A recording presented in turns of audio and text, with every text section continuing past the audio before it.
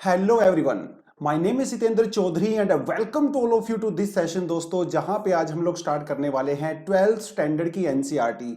11वीं क्लास की दोनों एनसीईआरटी हम लोग कंप्लीटली पूरा उसको कर चुके हैं। उसका पहला जो पार्ट था that was fundamental of physical geography. दूसरा जो पार्ट था उसका that was about India physical environment, जहां पे हम लोगों ने इंडिया की फिजिकल ज्योग्राफी के बारे में पढ़ा।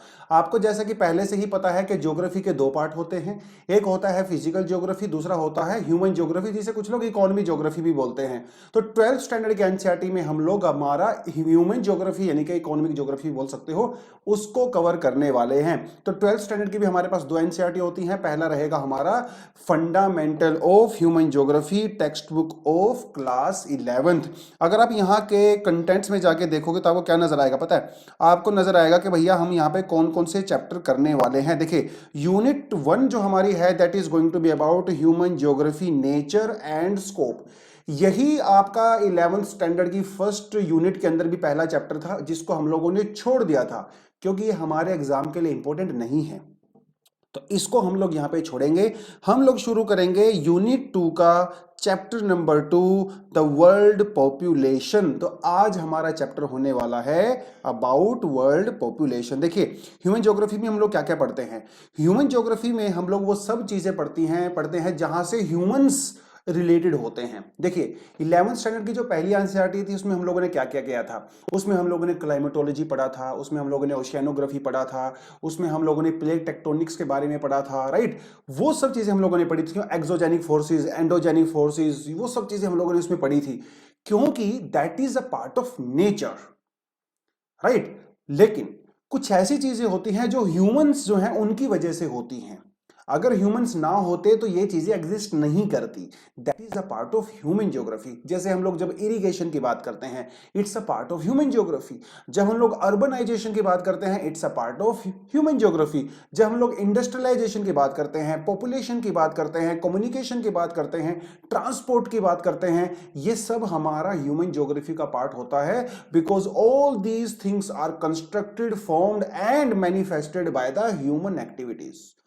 Are you getting this point? इसीलिए इसको ह्यूमन ज्योग्राफी बोला जाता है। कुछ लोग इसको इकोनॉमिक ज्योग्राफी भी बोलते हैं, क्योंकि यहाँ पे बहुत सारी इकोनॉमिक एक्टिविटी इन्वॉल्व होती है, जैसे मिनरल्स हो गया, माइनिंग हो गया, इंडस्ट्री हो गया, transport, communication and all that. तो आज हम लोग पढ़ने वाले हैं द वर्ल्ड पॉपुलेशन के बारे में। देखिए, स्टार्ट करते हैं, ज्यादा डिले नहीं करते हैं। इसने क्या बोला हुआ है? इसने बोला है the people of a country are its real wealth.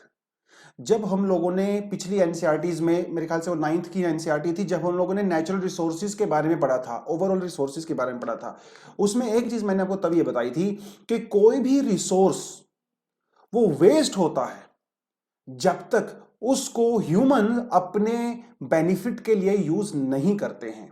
जब हम अपनी नॉलेज का यूज करते हैं, जब हम अपनी टेक्नोलॉजी का यूज करते हैं, तभी कोई नेचुरल सोर्स जो है वो रिसोर्स बनता है। उससे पहले वो रिसोर्स नहीं होता।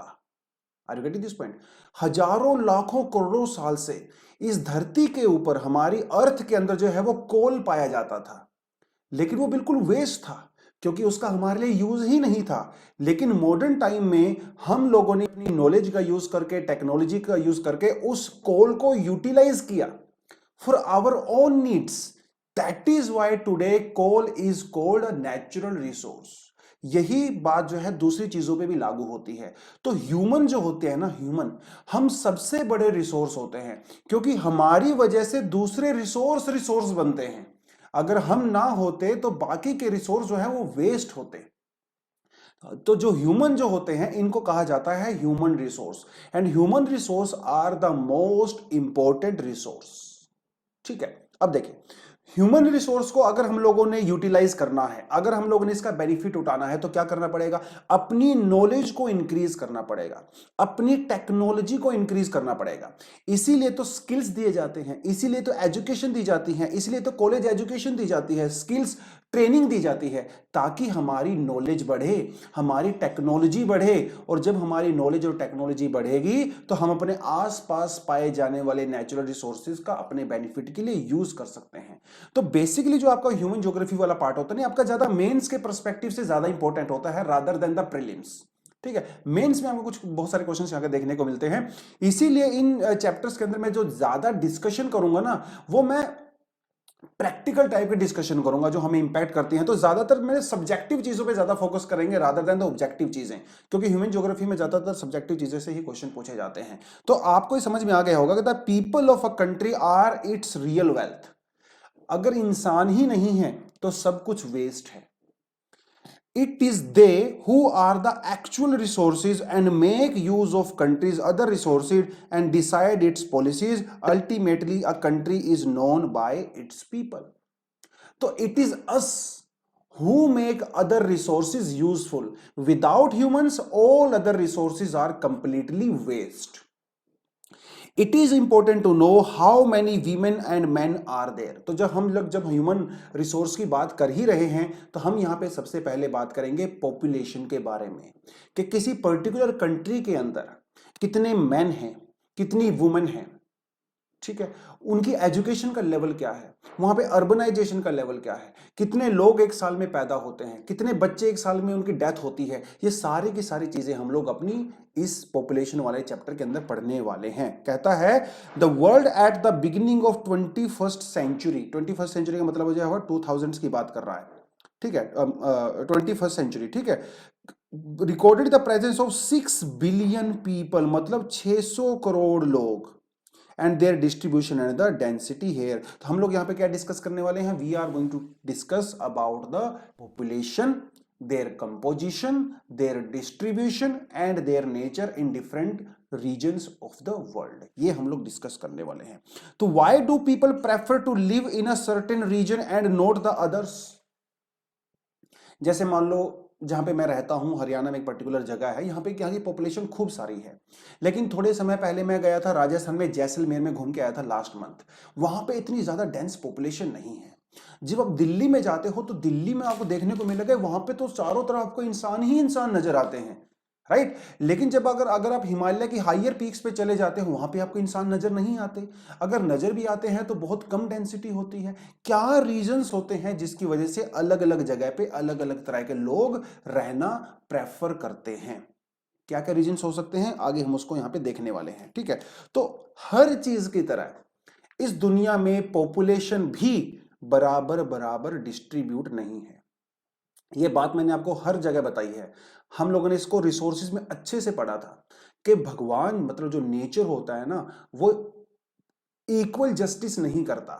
ना वो रिसोर्स के मामले में करता, ना ही वो वाटर के मामले में करता, ना ही वो फॉरेस्ट के मामले में करता, ना ही वो इंसानों के मामले में करता है। इस दुनिया में अलग अलग जगह पे अलग अलग तरह की पॉपुलेशन पाई जाती है, ठीक है। कहता है Asia has many places where people are few and few places where people are very very many. मतलब जैसे अगर दिल्ली की बात करो तो बहुत ज्यादा लोग हैं, अगर आप तिब्बतन प्लेटू की बात करो तो वहां पे डेंसिटी काफी कम है।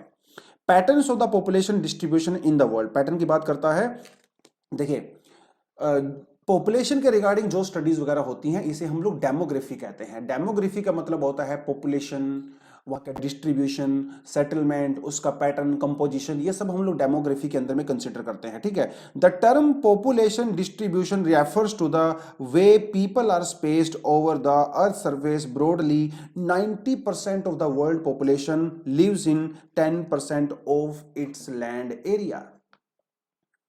तो इसका मतलब यह है कि बाकी बची हुई 90% जगह पे सिर्फ 10% के ही लोग रहते हैं। अगर आप एशिया की बात करो, ठीक है, हमारे यहाँ पे इंडिया है, चाइना है, ठीक है, बाकी जो दूसरी कंट्री है सब पॉपुलस कंट्री है। इंडोनेशिया की आप बात कर लीजिए, पाकिस्तान, बांग्लादेश, तो ये कुछ दुनिया में ऐसे रीजन्स हैं जहाँ पे बहुत ज्यादा लोग पाए जाते हैं। उसके अलावा अगर आप साइबेरिया रीजन में चले जाते हो, अगर आप तिब्बत में चले जाते हो, अगर आप नॉर्थ अमेरिका में चले जाते हो, कनाडा वाली साइड में चले जाते हो, बहुत कम लोग रहते हैं, राइट। तो दुनिया में जो पॉपुलेशन का डिस्ट्रीब्यूशन है वो इक्वल नहीं है। तो दुनिया की 90% जो पॉपुलेशन है वो सिर्फ 10% एरिया के अंदर ही लिमिटेड है। The 10 most populous country of the world contribute 60% of the world. दुनिया के 10 देशों में दुनिया की 60% लोग हैं। आप यहां पे देख सकते हो India, China, USA, Indonesia, Brazil, Pakistan, Nigeria, Bangladesh, Russia और मैक्सिको। तो भैया ये हैं दुनिया की सबसे पॉपुलस कंट्री और ये मिलके दुनिया की 60% पॉपुलेशन को बनाती हैं। Now let's talk about the density of population. Density of population का मतलब ये होता है कि किसी पर्टिकुलर एरिया में कितने लोग रहते हैं। तो वो जो एरिया होता है उसे हम लोग स्क्वायर किलोमीटर के हिसाब से मेजर करते हैं। तो किसी भी एरिया को हम जब वहां की पॉपुलेशन से जब किसी की पॉपुलेशन जितनी भी होती है ना उसको जो है डिवाइड कर देते हैं एरिया से, उसका मतलब होता है कि उस एरिया में कितने लोग रहते हैं। तो that is the meaning of the density of the population, population divided by area. तो इस एग्जांपल इसने यहाँ पे दिया हुआ है, मान लो किसी एरिया की पॉपुलेशन जो है वो 1,50,000 है और वो 100 स्क्वायर किलोमीटर है, इसका मतलब 1500 पर्सन पर स्क्वायर किलोमीटर, ये होती है उसकी पॉपुलेशन डेंसिटी। मतलब एक स्क्वायर किलोमीटर का मतलब ये होता है कि 1 किलोमीटर लंबा 1 किलोमीटर चौड़ा, तो ये 1 स्क्वायर किलोमीटर होता है ना, 1 kilometre here 1 kilometre here, 1 kilometre 1 kilometre. इसके अंदर जो है 1500 लोग रहते हैं, ये मतलब होता है इसका। ठीक है, ये सिर्फ वैसे तो इसका कोई बहुत ज्यादा यूज है नहीं, ठीक है, क्योंकि इसके अंदर ना सारा एरिया कंसीडर कर लिया गया है। जैसे अब जब इंडिया की बात करते हो तो इंडिया की जो पॉपुलेशन डेंसिटी है, सपोज दैट इज अराउंड 400, ठीक है, तो 400 पीपल पर square kilometre in India, that is the density of India. लेकिन क्या इसका मतलब यह है कि इंडिया में हर जगह पे इतने ही लोग मिलेंगे? नहीं, ये मतलब नहीं है ना, क्योंकि जब हम लोगों ने एरिया से इसको डिवाइड किया तो हम लोगों ने पूरे एरिया को डिवाइड किया है। अब जब हिमालय की बात करते हो, हिली एरियाज की बात करते हो, कोस्टल एरिया की बात करते हो, अर्बन एरियाज की बात करते हो, है ना, डेजर्ट एरिया की बात करते हो, हमने सबको एक ही मान लिया है। तो इस हमारी कंट्री की जो पॉपुलेशन डेंसिटी है वो उसका मतलब ये नहीं कि हर जगह पे इतने ही लोग मिलेंगे। अब जब आप चाइना की बात करते हो ना, चाइना की अगर आप पॉपुलेशन डेंसिटी की बात करो तो चाइना की जो मेजर 90% जो चाइना की पॉपुलेशन है वो ईस्टर्न पार्ट में रहती है। उसके अलावा बाकी जो चाइना वाला पूरा पार्ट है वहां पे हार्डली आपको कोई पॉपुलेशन देखने को मिलती है। लेकिन उसके हिसाब से चाइना की ओवरऑल पॉपुलेशन डेंसिटी काफी कम है। लेकिन अगर आप ईस्टर्न पार्ट की बात करो तो वहां पे ज्यादा पॉपुलेशन है। तो पॉपुलेशन डेंसिटी एक्चुअली किसी भी जगह की पॉपुलेशन डिस्ट्रीब्यूशन को बहुत अच्छे से इंडिकेट नहीं करती है, टू बी ऑनेस्ट। चलिए आगे बात करते हैं, factors influencing the distribution of population. तो ऐसे कौन कौन से फैक्टर होते हैं जो पॉपुलेशन के डिस्ट्रीब्यूशन में इंपैक्ट करते हैं? आप सबको इस बात का पहले से पता है। अगर हम लोग चाइना का एग्जांपल, अगर हम लोग इंडिया का एग्जांपल लें, अगर मैं आपसे क्वेश्चन पूछूं कि डिस्कस द फैक्टर्स जिसकी वजह से इंडिया में इतनी ज्यादा पॉपुलेशन है, आप उसमें कौन कौन से फैक्टर बता सकते हो? आप अगर एग्जाम में क्वेश्चन आता है, आप वहां पे जियोग्राफिकल फैक्टर अलग से बता सकते हो, कल्चरल फैक्टर अलग से बता सकते हो, हिस्टोरिकल फैक्टर बता सकते हो, इकोनॉमिक फैक्टर्स बता सकते हो, क्लाइमेटिक फैक्टर्स बता सकते हो। बहुत सारे फैक्टर्स होते हैं किसी भी जगह की पॉपुलेशन को इन्फ्लुएंस करने के लिए। तो उन्हीं फैक्टर के बारे में बात करते हैं। तो सबसे पहला जो फैक्टर बात करेंगे हम लोग, that is the geographical factors. तो availability of water, availability of water. अगर आप पुरानी सिविलाइजेशंस की बात करो, अगर आप इंडस वैली सिविलाइजेशन की बात करें, अब चाइनीज सिविलाइजेशन की बात करें, ठीक है, आप सुमेरियन सिविलाइजेशन की बात करें, आप इजिप्ट सिविलाइजेशन की बात करें, आप एक चीज यहां पे कॉमन पाओगे, हर सिविलाइजेशन कहां पे सिचुएटेड है? हमेशा आपको सिविलाइजेशन किसी रिवर के किनारे देखने को मिलती है। इंडस वाली सिविलाइजेशन भी, इजिप्ट वाली सिविलाइजेशन भी, गंगा वाले चाइना वाली सिविलाइजेशन भी, सुमेरियन सिविलाइजेशन भी, ये रिवर के पास ही क्यों होती हैं? क्योंकि वाटर एक बहुत बड़ा फैक्टर होता है पॉपुलेशन को सेटल करने के लिए। क्योंकि पानी की आपको जरूरत है सर्वाइवल के लिए। आपको पानी पीना हो तब आपको चाहिए, नहाना हो, भोजन करना हो, खाना पकाना हो, आपको क्रॉप्स अगर ग्रो करनी है उसके लिए तो इरिगेशन चाहिए, इंडस्ट्री अगर आपको लगानी है पानी चाहिए, नेविगेशन के लिए आपको वाटर चाहिए, हर चीज के लिए आपको वाटर चाहिए। इसीलिए जो अर्ली ह्यूमन सेटलमेंट शुरू हुआ, अर्ली जो एग्रीकल्चर शुरू हुआ वो रिवर के किनारे ही शुरू हुआ। तो जो रिवर वैलीज हैं जहां पे फर्टाइल सॉइल मिलती है, जहां पे अवेलेबिलिटी ऑफ वाटर मिलता है, वहां पे सिविलाइजेशन शुरू होती है। तो जो वाटर होता है ना सबसे बड़ा इंपॉर्टेंट फैक्टर होता है। अगला जो फैक्टर होता है वो होता है हमारा लैंड फॉर्म्स। अगर आप गंगा प्लेन की बात करो इंडिया में, तो सबसे ज्यादा पॉपुलेशन डेंसिटी जो है वो गंगा प्लेन में आपको देखने को मिलती है, चाहे उत्तर प्रदेश हो, चाहे बिहार, झारखंड, वेस्ट बंगाल वगैरह, है ना, यहां पे देखने को मिलती है। दूसरा जो एरिया इंडिया में हाईयर पॉपुलेशन डेंसिटी का है वो कौन सा है? वो है कोस्टल एरियाज, ठीक है, या फिर आपका ब्रह्मपुत्र प्लेन, जहां पे सबसे ज्यादा पॉपुलेशन पाई जाती है। इसका क्या रीजन है? इसका रीजन ये है क्योंकि ये प्लेन एरियाज हैं। और प्लेन एरिया में सरवाइव करना, प्लेन एरिया में सेटल होना, जहां पे जेंटल स्लोप होता है, बहुत इजी होता है, क्योंकि यहां पर आप इजीली सड़कें बना सकते हो, आप यहां पे इजीली इंडस्ट्री को सेटल डाउन कर सकते हो, आप इजीली यहां पे जो है क्रॉप्स को ग्रो कर सकते हो, क्योंकि ये एग्रीकल्चर को फेवर करती हैं। वहीं दूसरी साइड में हिली एरियाज जो हैं, हिमालय वाले जो हिली, हिमाचल है, उत्तराखंड है आपका, है ना, सिक्किम है, नॉर्थ ईस्ट इंडिया है, जो हिली एरियाज आपको देखने को मिलेंगे वहां पे पॉपुलेशन डेंसिटी ज्यादा नहीं है, क्योंकि they do not support transport, they do not support crops and they do not support settlement as well. उन फैक्टर्स की वजह से वहां पे पॉपुलेशन काफी कम होती है, जबकि गंगा प्लेन्स में पॉपुलेशन काफी ज्यादा होती है। तीसरा जो यहाँ पे ज्योग्राफिकल फैक्टर होता है वो होता है क्लाइमेट। तो जो बहुत ही ज्यादा कोल्ड डेजर्ट होते हैं और जो हॉट डेजर्ट होते हैं, डेफिनेटली वहां पे ज्यादा पॉपुलेशन नहीं पाई जाती, because those regions are not favourable for the humans to survive. ना तो आप बहुत ज्यादा ठंडी में सर्वाइव कर पाओगे, ना ही बहुत ज्यादा गर्मी में सर्वाइव कर पाओगे, ठीक है। Area with very heavy rainfall और एक्सट्रीम और harsh climates have low population. सीधी सी बात है भाई, हार्श, आप साइबेरिया में जाके थोड़ी रहना पसंद करोगे, आप तो दिल्ली में रहना पसंद करोगे, क्योंकि यहाँ पे फेवरेबल कंडीशंस हैं, है ना। और जो मेडिटेरेनियन रीजन का इसने एग्जांपल दिया है, मेडिटेरेनियन रीजन में जो क्लाइमेट है वो बहुत ही बढ़िया रहता है, इसी वजह से वहां पे काफी ज्यादा पॉपुलेशन डेंसिटी भी पाई जाती है। आप गंगा एरिया वाले का एग्जांपल भी दे सकते हो, यहाँ पे भी फेवरेबल कंडीशंस हैं। आप कोस्टल एरियाज की बात कर सकते हो, जो आपका मन करे, ठीक है, आप उसकी बात कर सकते हो। चलिए आगे बढ़ते हैं। अगला जो ज्योग्राफिकल फैक्टर है दोस्तों वो है हमारा सोइल, क्योंकि सोइल के ऊपर डिपेंड करता है एग्रीकल्चर, एग्रीकल्चर के ऊपर डिपेंड करती है हमारी फूड सप्लाई, और हमारी फूड सप्लाई और अवेलेबिलिटी के ऊपर डिपेंड करता है हमारा पूरा जीवन। तो इसीलिए सोइल बहुत ही इंपॉर्टेंट फैक्टर होता है। जहां पे सोइल फर्टाइल होती है वहां पे ही ज्यादा लोग रहना पसंद करते हैं, क्योंकि एग्रीकल्चर होता है। तो वो जो मैंने आपको रिवर वैली वाला एग्जांपल दिया, आप उसको सोइल से भी रिलेट कर सकते हो, क्योंकि रिवर वैलीज के अंदर सोइल काफी फर्टाइल होती है, क्योंकि वहां पे कंटिन्यूस फ्लड आता है और वहां की जो सोइल होती है वो रिन्यू होती रहती है, न्यूट्रिशन जो है उसके अंदर ऐड होते रहते हैं, right, that is the reason. Second जो हमारे पास फैक्टर है दैट इज इकोनॉमिक फैक्टर। तो यहां पे सबसे पहले आता है मिनरल्स, ठीक है। अब देखिए अब चीज, जो हमारा छोटा नागपुर प्लेटू है, यहाँ पे खूब सारे मिनरल्स पाए जाते हैं। अब उस मिनरल का हम लोग अपने लिए यूज करते हैं, लेकिन उन मिनरल्स को अपने लिए यूज करने के लिए पहले हम लोगों को मिनरल्स की माइनिंग करनी पड़ेगी। पहले तो मिनरल्स की आप माइनिंग करोगे, माइनिंग करने के बाद उसको फैक्ट्री में लेके जाओगे, वहां पे आप स्किल्स का यूज करोगे, फिर आप उससे जो है कुछ प्रोड्यूस करोगे। इसका मतलब जो मिनरल्स होते हैं वो आपकी इंडस्ट्री की बैकबोन होते हैं। इसीलिए बहुत ऐसी जगह हैं जहां पे मिनरल्स पाए जाते हैं, तो लोग वहां पे माइनिंग के पर्पज से आते हैं, इंडस्ट्रीज के पर्पज से आते हैं, और क्योंकि वहां पे एम्प्लॉयमेंट जनरेट होता है तो बहुत सारे लोग वहां पे खिंच के चले आते हैं और वहां की पॉपुलेशन इंक्रीज हो जाती है, ठीक है। तो वो सारे फैक्टर, एम्प्लॉयमेंट, वो स्किल वगैरह जो भी मैंने आपको बताया। तो यहाँ पे एक एग्जांपल इन्होंने दिया है अफ्रीका में। अफ्रीका में एक जगह है जाम्बिया में जिसका नाम है कतांगा, ठीक है। कतांगा में जो है कॉपर बेल्ट पाई जाती है, तो इसी वजह से वहां पे लोग जाके सेटल डाउन हो गए। अब छोटा नागपुर प्लेटो का एग्जाम्पल भी दे सकते हो ना, बाबा बुडन हिल्स का एग्जाम्पल दे सकते हो, कर्नाटका में जो पाया जाता है। ऑस्ट्रेलिया के अंदर भी कई जगह पे कोल माइंस पाई जाती हैं, जहां पे हालांकि वो डेजर्ट एरिया में है, बट स्टिल वहां पे माइनिंग की वजह से बहुत सारे लोग आ गए हैं।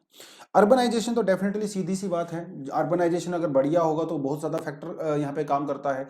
अर्बनाइजेशन में क्योंकि बेटर एम्प्लॉयमेंट अपॉर्चुनिटी होती हैं, वहाँ पे बेटर एजुकेशनल अपॉर्चुनिटी होती है, मेडिकल फैसिलिटी अच्छी होती हैं, इसलिए लोग अर्बन एरिया की तरफ ज़्यादा अट्रैक्ट होते हैं, है ना। तो अर्बनाइजेशन एक बहुत बड़ा फैक्टर होता है यहाँ पे।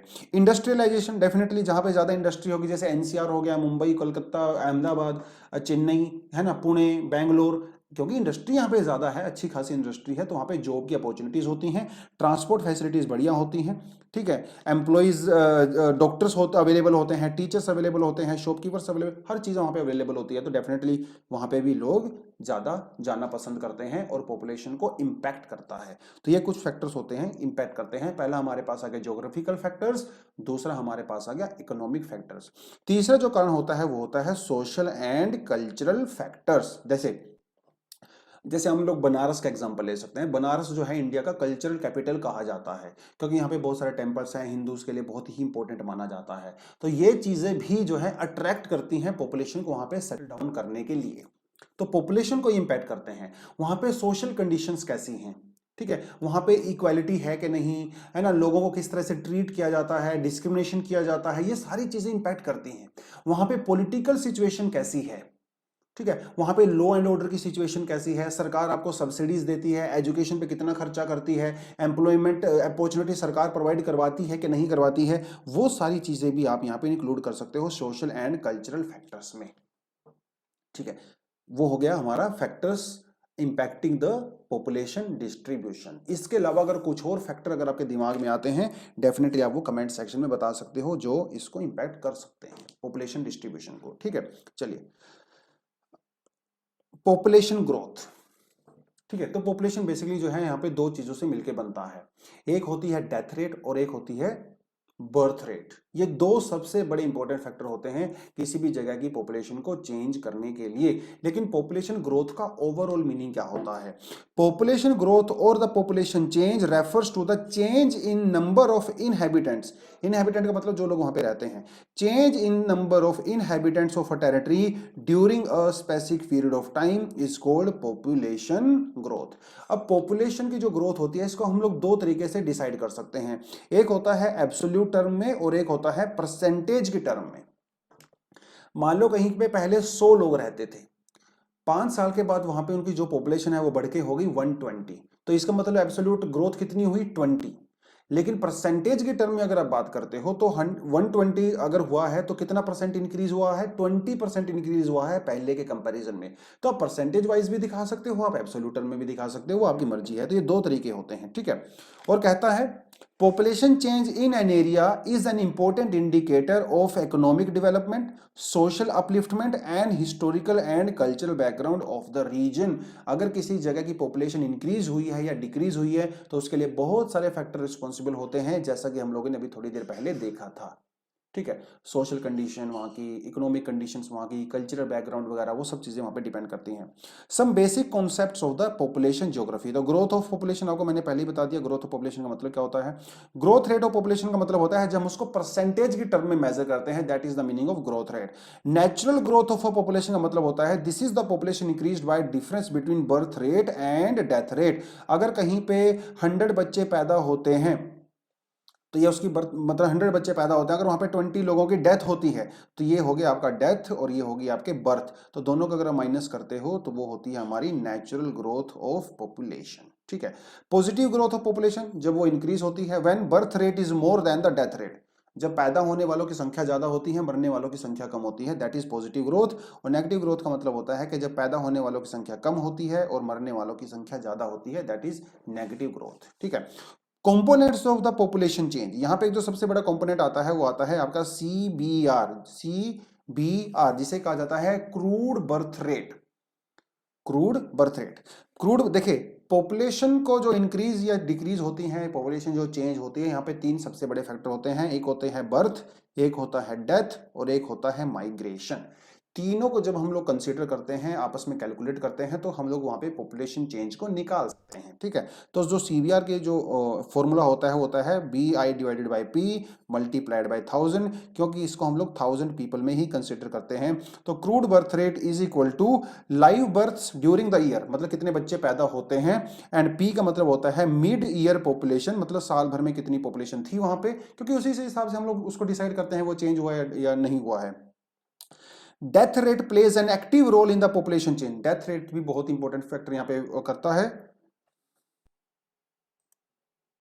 सो now let's talk about the components of population change. देखिए, पॉपुलेशन चेंज तो होती ही रहती है ना, पॉपुलेशन चेंज होने में जो सबसे बड़े तीन इंपॉर्टेंट फैक्टर्स होते हैं वो कौन कौन से होते हैं? एक फैक्टर होता है हमारे पास बर्थ, एक होता है डेथ, ठीक है, और एक हमारे पास जो फैक्टर होता है वो होता है माइग्रेशन, जब लोग एक जगह से दूसरी जगह पे जाते हैं फॉर डिफरेंट पर्पसेस। माइग्रेशन के बारे में हम आगे थोड़ा सा बात करेंगे, लेकिन ये क्रूड बर्थ रेट क्या होता है? देखिए, एक हमारे पास होती है बर्थ रेट। बर्थ रेट का मतलब होता है कि 1000 लोगों के ऊपर कितने ज्यादा बच्चे की वो जन्म ले रहे हैं। डेथ रेट का मीनिंग होता है कि 1000 लोगों के ऊपर कितने लोगों की डेथ हो रही है in a specific period of time, जिसे आप एक साल कह सकते हो। और माइग्रेशन का तो आपको पता ही है, जब लोग काम वगैरह करने के लिए एक जगह से दूसरी जगह पे जाते हैं। तो ये जो हमारा जो कंपोनेंट होता है क्रूड बर्थ रेट, उसको कैसे कैलकुलेट करते हैं? इसका फॉर्मूला होता है BI divided by P multiplied by 1000।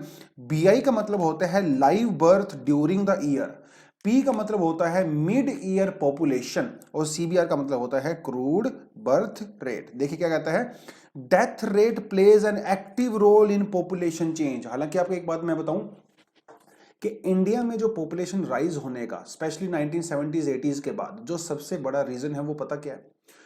India में डेथ रेट कम हो गई। बर्थ रेट तो हाई है ही, लेकिन डेथ रेट कम हो गई।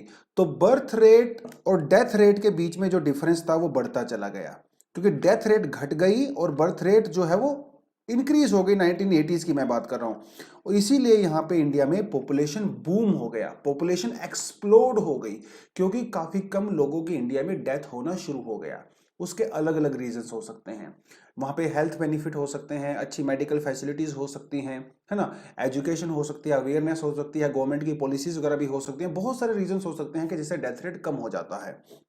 लेकिन तो डेथ रेट भी किसी जगह की पॉपुलेशन को चेंज करने में बहुत ही इंपॉर्टेंट फैक्टर होता है। Crude death rate is a simple method of measuring the mortality of an area. Mortality का मतलब ये है कि कितने लोग वहां पे डेथ हो रही है। CDR is expressed in terms of a number of death in a particular year per 1000 of population in a particular region. देखिए वही मैंने आपको बताया कि जो सीबीआर होता है वो जन्म लेते हैं, जो सीडीआर मतलब क्रूड डेथ रेट होती है वो 1000 लोगों के ऊपर कितने लोगों की डेथ होती है, वो इसका मतलब होता है। छोटे छोटे से कॉन्सेप्ट है, कोई ज्यादा यहाँ पे कुछ है नहीं। तो जैसे हम लोगों ने क्रूड बर्थ रेट निकाला था, वैसी इस तरह से हम लोग क्रूड डेथ रेट भी निकाल सकते हैं। डी अपॉन पी, डी का मतलब होता है नंबर ऑफ डेथ, पी का मतलब होता है एस्टिमेटेड मिड ईयर पॉपुलेशन, और 1000 का मतलब ये है क्योंकि हम लोग 1000 लोगों के ऊपर इसको निकाल रहे हैं। जो तीसरा फैक्टर हम लोगों ने यहाँ पे किया था दैट वाज द माइग्रेशन। अब माइग्रेशन का मतलब क्या होता है? जब लोग एक जगह से दूसरी जगह पे जो है ट्रेवल करते हैं, सेटल होते हैं, माइग्रेट करते हैं, जाते हैं काम वगैरह करने के लिए, that is the meaning of migration. When people move from one place to another place that is called migration. अब ये जो माइग्रेशन, देखिए यहाँ पे एग्जांपल ले लेते हैं, जैसे ये दिल्ली का हम लोगों ने एग्जांपल ले लिया, और यहाँ पे मान लो हम लोगों ने जो है पटना का एग्जांपल ले लिया। तो अगर कोई इंसान पटना से दिल्ली में अगर आ रहा है, वो मूव कर रहा है, इसे कहते हैं माइग्रेशन। ये हो गया इन माइग्रेशन, इंटरनल माइग्रेशन भी कह सकते हो।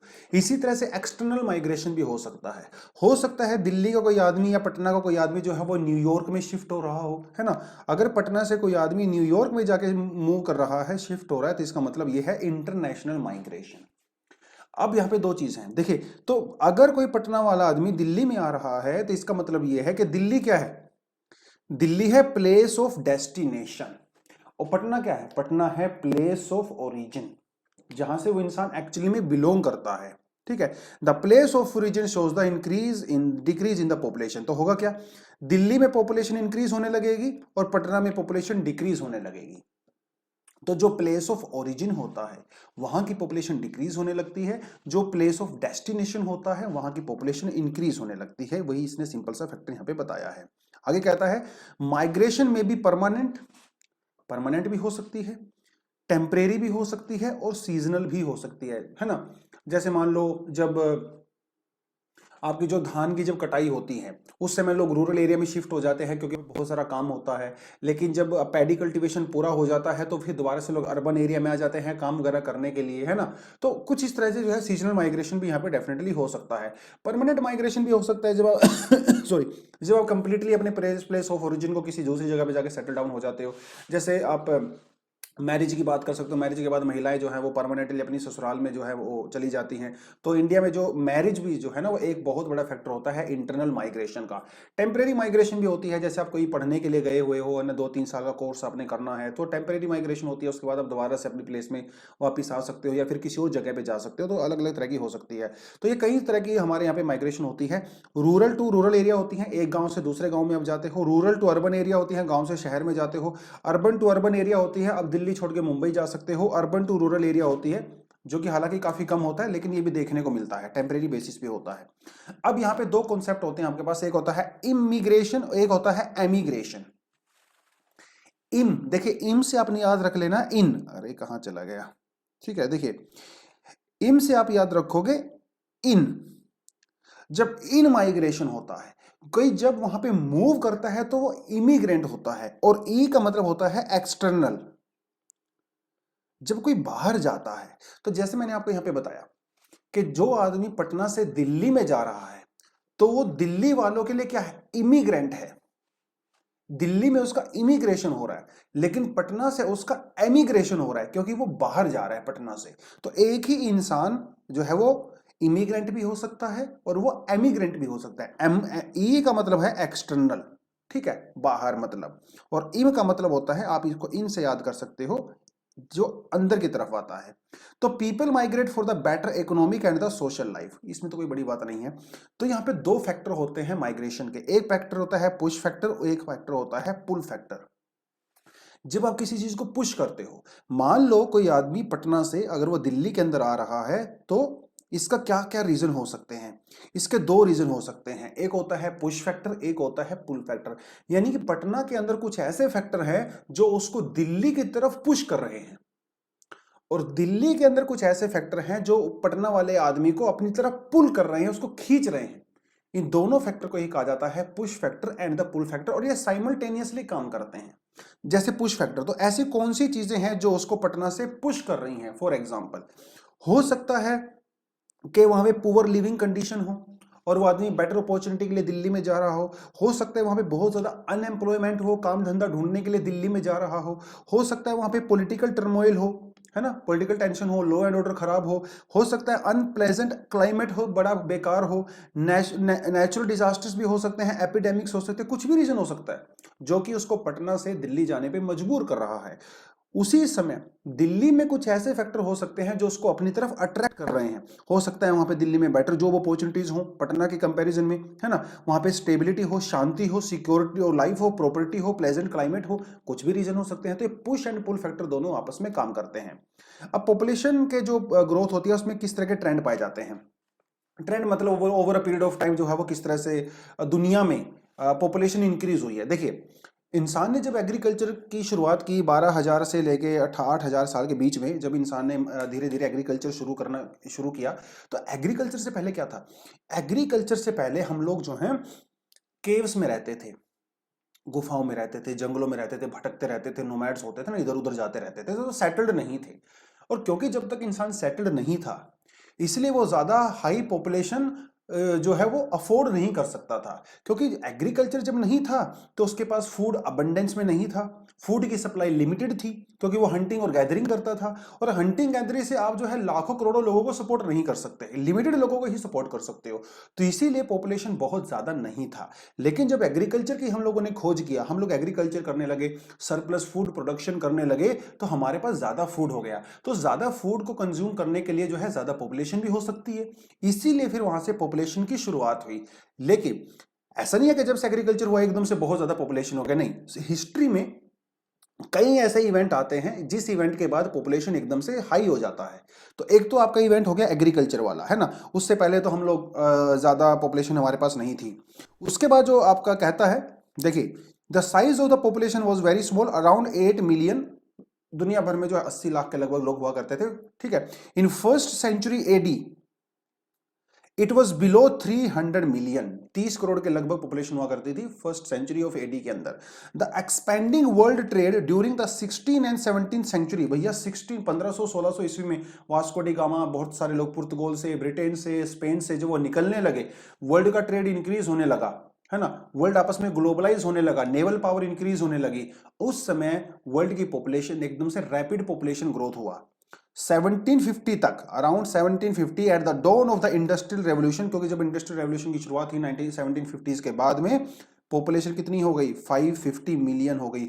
देखिए, जब सरप्लस प्रोडक्शन होता है ना, तब तक पॉपुलेशन बढ़ती है, क्योंकि सरप्लस प्रोडक्शन को कंज्यूम करने के लिए आपको इंसान चाहिए, और जब इंडस्ट्रियल रेवोल्यूशन हुआ तो बहुत सारे लोग आपको चाहिए काम करने के लिए इंडस्ट्री में। अब वो काम करने के लिए लोग कहां से आएंगे? तो आप बच्चे पैदा करोगे तभी तो इंडस्ट्री में काम करने के लिए लोग आएंगे, है ना। एग्रीकल्चर की आपको ज्यादा प्रोडक्शन की रिक्वायरमेंट है, तो एग्रीकल्चर फील्ड्स में आपको काम करने के लिए लोग चाहिए। तो जब जब आपको लोगों की ज्यादा रिक्वायरमेंट होती है, ट्रेड बढ़ता है, फूड की प्रोडक्शन आपको करनी है, तब तब जो है पॉपुलेशन एक्सप्लोड होती है। ठीक है, चलिए, कहता है world population exploded in the 18th century में, वो एकदम से एक्सप्लोड हो गई because of the technological advancement and reduction of the birth rate and provided a stage for the acceleration population growth. आप यहाँ पे क्लियरली इस डायग्राम में देख सकते हो। देखिए 1830 तक जो है पूरी दुनिया की पॉपुलेशन कितनी थी, 1 बिलियन, 100 करोड़ पॉपुलेशन हुआ करती थी। उससे अगले 100 साल में जो है 1930 में पॉपुलेशन कितनी होगी, 2 बिलियन। मतलब यहां पे 100 इयर्स लगे पॉपुलेशन को डबल होने में। उसके बाद देखिए 1960 3 बिलियन, सिर्फ 30 साल में पॉपुलेशन 1 बिलियन इंक्रीज हो गई। उससे पहले 1 बिलियन इंक्रीज होने में कितना साल लगा, 100 साल लगे। दूसरे 1 बिलियन इंक्रीज होने में 30 इयर्स लगे। तीसरे 1 बिलियन इंक्रीज होने में सिर्फ 15 साल लगे।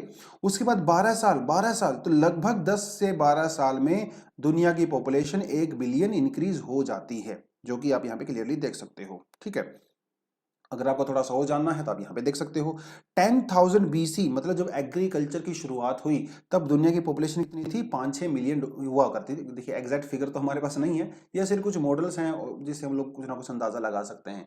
तो 50 लाख के लगभग दुनिया की पॉपुलेशन हुआ करती थी। उसके बाद जो है 1650 में जो है 500 मिलियन हो गई। ठीक है, तो ये डबल दिखा रहा है आपको, डबल। तो पहले पॉपुलेशन डबल होने में कितने साल लगे, 1500 साल लगे। दूसरी पॉपुलेशन डबल होने में 54 ईयर्स। तीसरी बार पॉपुलेशन डबल होने में 123 ईयर्स। चौथी बार पॉपुलेशन डबल होने में ओनली 47 ईयर्स। और अगली बार पॉपुलेशन इंक्रीज होने में, डबल होने में 51 ईयर्स। तो आप क्लियरली देख सकते हो कि किस तरह से पॉपुलेशन जो डबल होने की जो रेट है वो इंक्रीज हो रही है ना। तो हर जो है आप देख सकते हो, पहले 47 ईयर्स, 51 ईयर्स, 123, कितनी जल्दी जो है पॉपुलेशन डबल हो रही है इस दुनिया की। तो आज के समय में दुनिया की जो पॉपुलेशन है वो जो है थोड़े ही दिनों में डबल होने वाली है। ठीक है, देखिए यहाँ पे कुछ इंटरेस्टिंग फैक्ट इसने बताए हैं। कहता है human population increased more than 10 times in the last 500 years. पिछले 500 साल में दुनिया की पॉपुलेशन 10 गुना से ज्यादा बढ़ गई है। In the 20th century itself the population has increased 4 times. 20th century का मतलब है 1900 से लेके 2000 तक दुनिया की पॉपुलेशन जो है वो 4 गुना बढ़ गई है, जो कि काफी बड़ा फैक्टर है। तो doubling time of the world population, जैसा कि हम लोगों ने ऊपर ने पहले ही देखा है, डबल पॉपुलेशन हो जाती है। आज के जो कहता है पहले जो है पॉपुलेशन डबल होने में मिलियंस ऑफ ईयर लगे, 1500 साल लगे। धीरे धीरे जो है बहुत जल्दी डबल होने लगी है ना, 1212 year for it rise to the 5 million. 5 million billion से 6 बिलियन होने में सिर्फ उसको 12 साल लगे। जैसे कि ऊपर हम लोगों ने जो टेबल में देखा था वो सब टेबल वाला ही इसने दिखा रखा है, तो ये वाला ही इसने दिखाया, कुछ इसमें खास नया नहीं है, तो इसको हम लोग यहाँ पे छोड़ सकते हैं। Special pattern of the population change, है ना। दुनिया में हर जगह पॉपुलेशन बराबर बराबर तो चेंज नहीं होती है, कहीं पे चेंज अलग होती है, कहीं पे चेंज अलग होती है। क्यों? क्योंकि पॉपुलेशन चेंज होने के लिए अलग अलग फैक्टर्स रिस्पॉन्सिबल होते हैं। तो जैसे जैसे वो फैक्टर्स चेंज होते हैं वैसे वैसे हमारी पॉपुलेशन भी चेंज होती है। ठीक है, तो कहता है the growth of population is low in the developed countries, जैसे यूरोपियन कंट्री हैं, नॉर्थ अमेरिकन कंट्रीज हैं, ऑस्ट्रेलिया है, जापान है, न्यूजीलैंड है, ये डेवलप्ड कंट्रीज हैं। यहाँ पे पॉपुलेशन की ग्रोथ काफी लो है। ठीक है, उसके कंपैरिजन में जो डेवलपिंग कंट्री हैं यहाँ पे पॉपुलेशन की ग्रोथ बहुत ज्यादा है। कहता है there is a negative correlation between economic development and the population growth. ये नेगेटिव रिलेशन है, याद रखना, एग्जाम के लिए इंपॉर्टेंट है। मतलब जब जब इकोनॉमिक डेवलपमेंट कम होगा तब तक पॉपुलेशन की ग्रोथ ज्यादा होगी। जब जब पॉपुलेशन इकोनॉमिक डेवलपमेंट ज्यादा होगा, कंट्री जो है डेवलप्ड बनती है, तब तक पॉपुलेशन की ग्रोथ भी कम होती है। ठीक है, कहता है इस समय जो दुनिया की पॉपुलेशन ग्रोथ है दैट इज 1.5%, जो दिखने में आपको कम लग रहा होगा, लग रहा है ठीक है 1.5% कोई ज्यादा थोड़ी होती है, लेकिन जब आप इसको बहुत बड़ी पॉपुलेशन के लेवल पे इसको कैलकुलेट करते हो तो ये अपने आप में बहुत ज्यादा एब्सोल्यूट टर्म में हो जाती है। तो when a small annual rate is applied to a very large population it will lead to a large population change, है ना। हालांकि सुनने में 1.4% बहुत कम लगता है, लेकिन 100 करोड़ का 1.5 कितना हो जाएगा, 14 लाख, है ना, 14 करोड़, सॉरी 14 करोड़, तो ये भी अपने आप में काफी ज्यादा हो जाता है। ठीक है। एक अगर हम लोग 1000 करोड़ का लें तो आपका 14 करोड़ हो जाता है, तो ये भी काफ़ी ज़्यादा पॉपुलेशन इंक्रीज हो जाती है।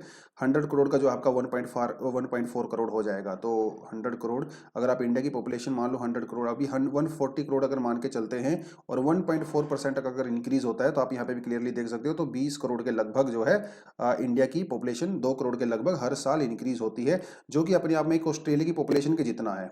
ठीक है, काफ़ी ज़्यादा पॉपुलेशन हम लोग यहाँ पे ऐड करते हैं। उसके अलावा ग्रोथ रेट की जब ये बात करता है तो अलग अलग रीजन्स की बात करता है। वर्ल्ड की जो पॉपुलेशन ग्रोथ है 2010 से 15 के बीच में वो है 1.2, अफ्रीका की है 2.6, यूरोप की है ओनली 0.1, तो कितनी कम पॉपुलेशन ग्रोथ है यहाँ पे। नॉर्थ अमेरिका की भी काफ़ी कम है 0.8, लेकिन कम से कम जो है यहाँ पे आप क्लियरली इनको कर सकते हो। Latin America and Caribbean country 1.1, Asia की जो है 1, ओशियानिया मतलब ऑस्ट्रेलिया, न्यूजीलैंड और फिजी वगैरह की है 1.5। तो इस समय क्लियरली आप देख सकते हो दुनिया में जो सबसे ज्यादा पॉपुलेशन ग्रोथ है वो कहाँ की है, वो है अफ्रीका की। ठीक है, तो कुछ जो सिचुएशन इंडिया में 1980s में हुआ करती थी वो सिचुएशन अफ्रीका में इस समय चल रही है। इम्पैक्ट ऑफ पॉपुलेशन चेंज, क्या फर्क होता है, क्या इम्पैक्ट होता है पॉपुलेशन चेंज होने का। देखिए, पॉपुलेशन चेंज होना जो है या पॉपुलेशन इंक्रीज होना या डिक्रीज होना, इसके कुछ पॉजिटिव फैक्टर भी हो सकते हैं, इसके कुछ नेगेटिव फैक्टर भी हो सकते हैं। पॉपुलेशन इंक्रीज होना काफी अच्छा माना जाता है अगर आपके पास एनफ सोर्सेज हैं, लेकिन अगर आपके पास सोर्स नहीं है तो पॉपुलेशन इंक्रीज होना आपके सोर्स को जो है स्ट्रेस में ला सकता है, उनके ऊपर बर्डन होता है। लेकिन अगर आपके पास काफी अच्छे सोर्स हैं और आपकी जो पॉपुलेशन है वो काफी एजुकेटेड है, स्किल्ड है, तो उस समय पॉपुलेशन ग्रोथ को बुरा नहीं माना जाता। तो डिपेंड करता है कि वहां की सिचुएशन कैसी है। पॉपुलेशन जो इंक्रीज होते हैं वो डिजायरेबल भी हो सकता है, अनडिजायरेबल भी हो सकता है, वो प्रॉब्लम भी क्रिएट कर सकता है, वो वरदान भी हो सकता है। तो वो डिपेंड करता है डिप्लीशन ऑफ सोर्सेज वहां पे हो रहा है कि नहीं हो रहा है। ठीक है, जैसे अगर आप यूरोप की अगर बात, उसकी सॉरी अफ्रीका की बात करो, तो वहाँ पे HIV एड्स की वजह से काफ़ी ज़्यादा जो एपिडेमिक हुआ था वहाँ पे 1960s में, 70s में, 80s में काफ़ी ज़्यादा पॉपुलेशन वहाँ पे डिक्रीज हो गई थी, बिकॉज बहुत ज़्यादा लोगों की वहाँ पे डेथ हो रही थी, ओवरऑल लाइफ एक्सपेक्टेंसी कम हो गई थी। और जब लाइफ एक्सपेक्टेंसी कम होती है तो लोग काफ़ी ज़्यादा बच्चे पैदा करते हैं, है ना। देखिए, मान लो किसी औरत ने जो है वो 2 बच्चों को जन्म दिया और लाइफ एक्सपेक्टेंसी काफी कम है, इसका मतलब ये है कि वहां पे बच्चों की डेथ जो है वो जल्दी हो जाती है। तो लोग क्या करते हैं, क्योंकि सर्वाइवल रेट काफी कम होता है, ज्यादा बच्चे पैदा करना शुरू कर देते हैं, क्योंकि डेथ रेट बहुत हाई होता है। और जैसे जैसे वहां पे हेल्थ की सिचुएशन इंप्रूव होती है ना, ट्रांसपोर्ट की सुविधा इंप्रूव होती है, लोगों की एजुकेशन बढ़ता है, अवेयरनेस बढ़ता है, तो वहां की डेथ रेट जो है धीरे धीरे कम होने लगती है। डेथ रेट भी कम होने लगती है तो बर्थ रेट भी कम होने लगती है, क्योंकि लोग कम बच्चे पैदा करना शुरू कर देते हैं, क्योंकि बच्चे सर्वाइव कर लेते हैं, क्योंकि वो सर्वाइव कर सकते हैं, तो इसलिए कम बच्चे पैदा करते हैं। तो ये डिपेंड करता है कि वहां की सिचुएशन कैसी है। तो ये जो बर्थ रेट है और जो डेथ रेट है ना, इसके बीच में, और जो इकोनॉमिक डेवलपमेंट होती है, इनके बीच में जो है वो गेम चलता रहता है, और उसी हिसाब से वहां की जो पॉपुलेशन है वो भी चेंज होती रहती है। अगर आप जैसे यहाँ पे इंडिया का एग्जाम्पल लीजिए, ठीक है, तो इंडिया में क्या था, इंडिया में 1960s में, 1970s में, 1980s में बर्थ रेट काफी हाई हुआ करती थी, क्योंकि उस समय हमारे यहाँ पे डेथ रेट भी बहुत ज्यादा हुआ करती थी। लेकिन 1980s के बाद जैसे हमारे यहाँ पे मेडिकल सुविधाएं बढ़ी तो डेथ रेट कम हो गई, और क्योंकि कम बच्चे जो है वो मरना शुरू हुए, इसलिए लोगों ने कम बच्चे पैदा भी करना शुरू कर दिए। और धीरे धीरे जैसे एजुकेशन बढ़ा, इकोनॉमिक अपॉर्चुनिटी बढ़ना इंक्रीज हुआ, है ना, वो सारी चीजें जब बढ़ने लगी, इकोनॉमी ग्रो करने लगी, तो लोग कम बच्चे पैदा करने लगे। तो ये जो बर्थ रेट और डेथ रेट और इकोनॉमिक डेवलपमेंट के बीच में जो चीजें होती हैं, ये हमारी पॉपुलेशन को over a period of time change करती हैं, और उसी चेंज को कहा जाता है डेमोग्राफिक ट्रांजिशन, कि किस तरह से किसी भी पर्टिकुलर रीजन की population over a period of time change होती है। पास्ट में कैसे चेंज हुई थी, प्रेजेंट में कैसे चेंज हो रही है, और फ्यूचर में किस तरह से चेंज होगी, इसको कहा जाता है डेमोग्राफिक डिविडेंड। ठीक, और सॉरी डेमोग्राफिक ट्रांजिशन कहता है। तो ये थ्योरी है demographic transition. Theory tells us about that the population of a region changes from high birth to high death rate to low birth and low death rate. शुरुआत कहां से होती है, हाई डेथ रेट से और high birth rate से, और खत्म कहां पे होता है, लो डेथ रेट और लो बर्थ रेट। तो ये जो लो डेथ रेट और लो बर्थ रेट है, ये इस समय कहां की सिचुएशन है, ये यूरोप की सिचुएशन है, यूरोप। हाई डेथ रेट और हाई बर्थ रेट कहां की सिचुएशन है, अफ्रीका की सिचुएशन है, अफ्रीका। यही सिचुएशन इंडिया में 1960s और 70s में हुआ करती थी, हाई डेथ रेट हुआ करती थी, हाई बर्थ रेट हुआ करती थी। यही सेम सिचुएशन 1700s में 1600s में यूरोप की हुआ करती थी, हाई डेथ रेट और हाई बर्थ रेट, इसलिए वहां की पॉपुलेशन जो है वो ज्यादा बच्चे पैदा होते थे। तो इसको कहा जाता है डेमोग्राफिक ट्रांजिशन, ठीक है। तो रूरल, जब हाई डेथ रेट और हाई बर्थ रेट होता है ना किसी कंट्री में, तो इसका मतलब ये है कि वहां की जो इकोनॉमी है वो एग्रीकल्चर बेस्ड है और वो बैकवर्ड टाइप की इकोनॉमी है। लेकिन जैसे जैसे अर्बनाइजेशन इंक्रीज होता है, इंडस्ट्रियलाइजेशन इंक्रीज होता है, मॉडर्नाइजेशन बढ़ता है, उसके अलावा धीरे धीरे डेथ रेट कम होने लगती है और बर्थ रेट भी कम होने लगती है। तो इसी ट्रांजिशन को कहा जाता है डेमोग्राफिक ट्रांजिशन। आप यहाँ पे क्लियरली डायग्राम में भी देख सकते हो। इस डायग्राम में हालांकि सिर्फ 3 स्टेज बताई हैं, फर्स्ट स्टेज, सेकंड स्टेज और थर्ड स्टेज, लेकिन रियल में एक्चुअली ये 4 स्टेज होती हैं, ठीक है। फर्स्ट, सेकंड, थर्ड और फोर्थ, लेकिन क्योंकि एनसीईआरटी में 3 स्टेज दिया हुआ है तो इसलिए हम थोड़ा 3 स्टेज कर लेते हैं। तो यहाँ पे पहली स्टेज में क्या होता है, पहली स्टेज में आप ये क्लियरली देख सकते हो, डेथ रेट और बर्थ रेट दोनों हाई होती हैं, ठीक है। तो ये आपकी डेथ रेट और बर्थ रेट जो है वो दोनों हाई होती हैं। क्योंकि डेथ रेट और बर्थ रेट दोनों हाई होती हैं, इसलिए पॉपुलेशन जो है वो स्टेबल होती है। तो जितने बच्चे पैदा होते हैं ऑलमोस्ट उतने लोगों की ही डेथ हो जाती है, तो बराबर बराबर रहता है, तो पॉपुलेशन लगभग स्टेबल होती है।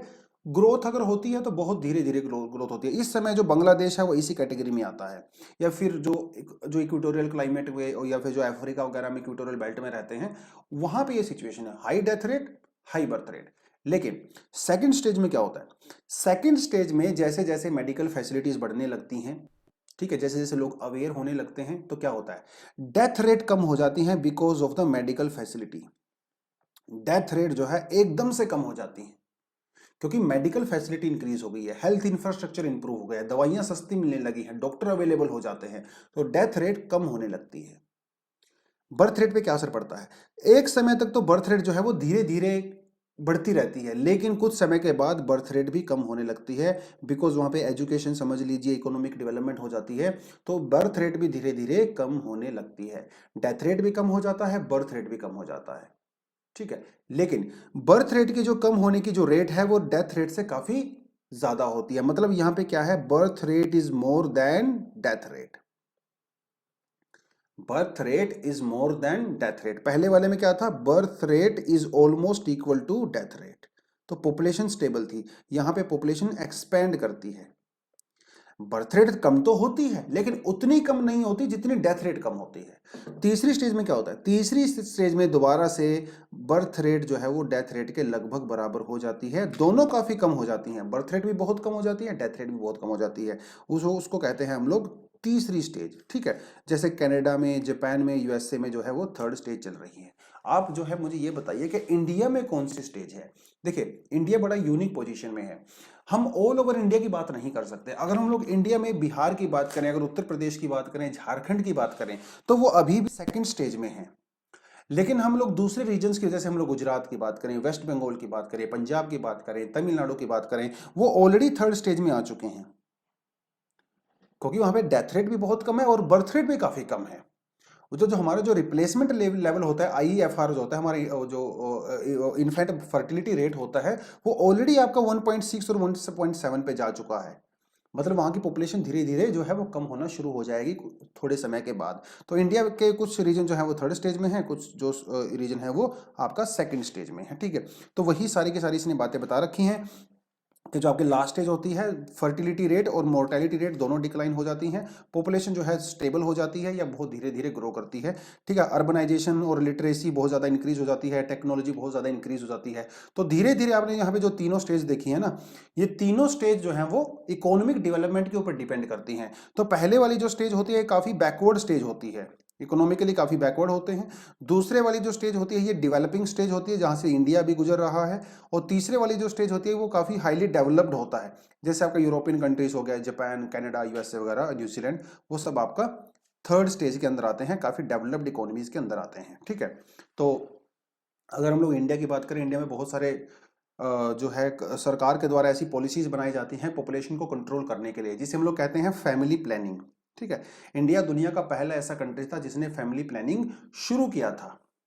फैमिली प्लानिंग का मतलब होता है कि बच्चों के बीच में स्पेस देना है, तो एक बच्चे से लेकर दूसरे बच्चे के बीच में जो है कितने साल का डिफरेंस होना चाहिए, कम से कम 3 साल का डिफरेंस होना चाहिए, तो स्पेसिंग देना है। और प्रिवेंट भी करना है बच्चों के बर्थ को, कॉन्ट्रासेप्टिव वगैरह का यूज करना है, अवेयरनेस बढ़ाना, बढ़ानी है, वो सारी की सारी चीज़ें हैं, है ना। कॉन्ट्रासेप्टिव्स को फ्री में अवेलेबिलिटी कराइए, टैक्स इंसेंटिवाइज कर सकते हो, अगर कोई बच्चे कम पैदा करते हैं तो उनको थोड़ा इनकम टैक्स में हेल्प कर सकते हो, ये दुनिया भर की चीज़ें होती हैं। गिफ्ट दे सकते हो, जैसे इंडिया में जो है बेटी बचाओ बेटी पढ़ाओ वाला एक अभियान है, और भी बहुत सारे अभियान हैं।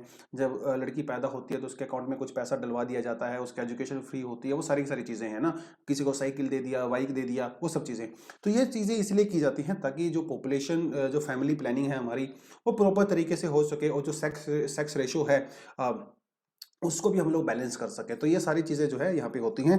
इसी तरह के एक बंदा हुआ करता था जिसका नाम था थॉमस माल्थस, ठीक है। ये एक एक्सपर्ट हुआ करते थे पॉपुलेशन में। हालांकि थॉमस माल्थस की जो थ्योरी थी वो कम्प्लीटली फेल हो चुकी है, लेकिन थॉमस माल्थस ने कहा था कि दुनिया की जो पॉपुलेशन होती है वो इतनी ज़्यादा इंक्रीज हो जाएगी कि फूड सप्लाई कम हो जाएगी और दुनिया में जो है भूखमरी हो जाएगी। लेकिन अभी तक तो ऐसा हुआ नहीं, ठीक है। फूड सप्लाई हमारे पास काफ़ी एनफ है, और पॉपुलेशन ग्रोथ भी धीरे धीरे कम हो रही है दुनिया की। तो माल्थस की थ्योरी तो वैसे फेल हो गई है, लेकिन अगर कभी एग्जाम में पूछ ले तो माल्थस ने जो है वो पॉपुलेशन के बारे में ही अपनी थ्योरी दिया था। तो आज के इस पूरे चैप्टर में इतना ही। आई होप आपको ठीक ठाक लगा होगा। चैप्टर बहुत टफ नहीं है, बहुत सीधी सीधी सी बातें इसमें कही गई हैं, ठीक है। तो ज़्यादा इसमें चैप्टर में कुछ है भी नहीं। और ह्यूमन ज्योग्राफी में अगर आप देखोगे तो फैक्चुअल इन्फॉर्मेशन बहुत ज़्यादा नहीं है, ज़्यादातर जो चीज़ें हैं वो अप्लाइड होती हैं, हमारे आसपास होती हैं। और यहाँ से ज़्यादातर जो क्वेश्चंस हैं वो मेंस के पर्सपेक्टिव से ज़्यादा पूछे जाते हैं रादर देन द प्रीलिम्स। तो इसी तरह की छोटे छोटे चैप्टर हम लोग अभी क्लियर कर लेंगे। So that is all for the day. Thank you very much, all the best and जय हिंद।